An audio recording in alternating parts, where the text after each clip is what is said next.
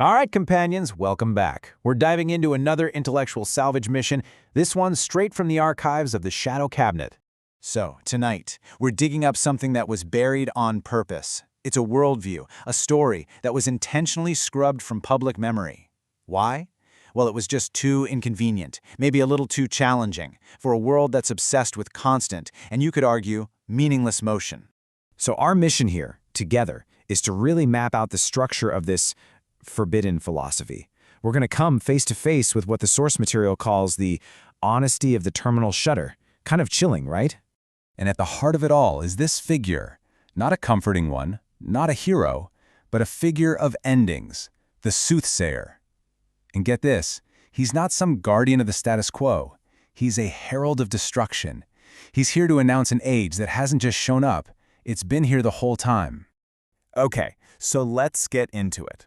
Act 1, the Herald's Sermon. This is where we dive right into the core of his radical and, deeply suppressed wisdom. He kicks things off with this really stark idea, the great evening. And no, this isn't some far-off apocalypse you see in movies, something we need to brace for. The soothsayer's point is that it's already here. It's our present reality. You know that quiet, creeping feeling of spiritual stagnation, that burnout, that mindless, aimless scrolling? That's it. It's the moment the great cycle of striving just stops, and we just accept this state of forgetting, not even remembering what we were pushing for in the first place. And this is where it gets really interesting, how this whole stagnation is framed. On one hand, you've got the overman, right? The one who embraces the agony of creation, who has that will to power, that constant drive to become something more. But the soothsayer, his subject is the last man. And this guy is all about the great refusal. He's not trying to become anything. He just wants immunity from challenge. And he's traded in that will to power for something way more powerful in our modern world, the will to distraction. So how did we even get to this point? Well, here's the engine of his whole philosophy. The source calls it the Fichtean necromancy. It's a wild concept. Basically, the idea is that our self, the I, literally creates its own reality, the not I, for the sole purpose of having an obstacle to overcome. I mean, think about it. It's like that person you know who is always complaining about all the drama in their life, but they never realize they're the one creating all of it. So all that striving, all that conflict, it's just you fighting your own shadow in a totally meaningless void. And that quote right there, the horizon is a circle, it just perfectly illustrates the trap, doesn't it? If the world you're trying to conquer is just a reflection of yourself, then any progress you make is a complete illusion. You're just running like crazy along the edge of a mirror, and you always end up right back where you started. So here's the big question. If the whole journey is just a loop, what does the destination look like when an entire society just gives up and stops running? Well, that brings us to Act 2. This whole philosophy gets its ultimate living expression in a place, a symbol, the city of ash shoes. So what is this place? The ledger calls it the pathetic end state of comfort-seeking. It's a city where everyone just huddles together in this stupor of agreement. They're so careful to make sure that no real challenge ever disturbs their peaceful and totally stagnant existence. And the people who live there, they're called the long-tired. That spirit of becoming we talked about, for them it's just withered away into plain old sloth. They've traded the whole struggle of becoming for the safety of immunity. You know, instead of trying to master the tightrope of life, they'd rather just lower the wire until it's touching the floor so they can't fall. And who's in charge? The Prince of Sloth. All their supposed virtues, they're just masks, hiding this deep, deep exhaustion. It's like they've been poisoned by what the text calls a sweet gray dust of apathy. And remember that mirror we talked about, the Fichtean necromancy? Well, in this city, that mirror becomes this uncanny trap. It doesn't reflect a horizon you can conquer anymore. Nope, it just reflects a stagnant ceiling. They are literally trapped in a circle of their own collective shadow. And that quiet, hollow sigh you hear, that's the final breath of a slave morality that has chosen safety over any shot at greatness.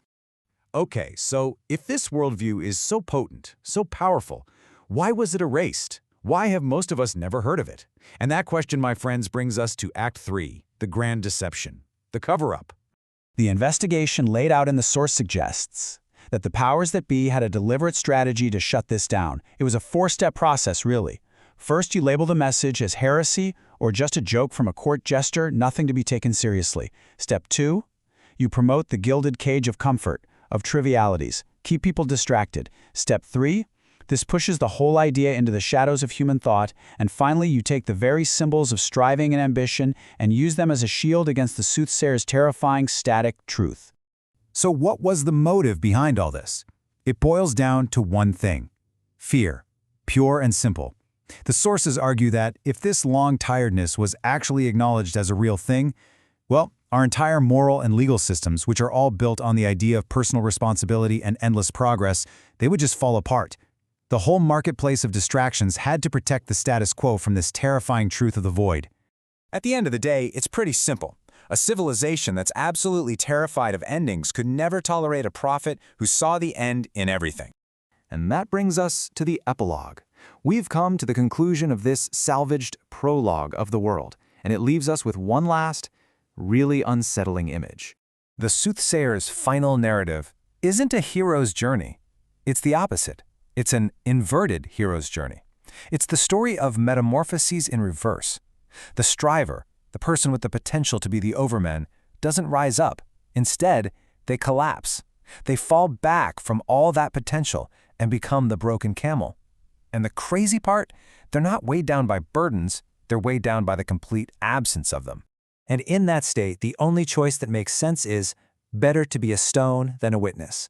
That is the ultimate great refusal. It's this strange, holy peace, like a broken clock that finally doesn't have to lie about what time it is. It's choosing the quiet happiness of the grave over the constant agony of a meaningless existence. So the soothsayer just turns his back on it all. The marketplace, the striving, the whole frantic mess. But this ledger, it leaves us with a question, a very direct one. Will you walk the tightrope? Or, and be honest with yourself, do you recognize a little bit of the comfort of that city of ash? Are you willing to acknowledge the abyss that might be lying just beneath the surface of your own stagnation? Look, the soothsayer doesn't offer any easy answers. There's no wax fruit here, no cheap distractions from the marketplace.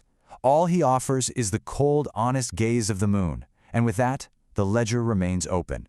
The next page is yours to write.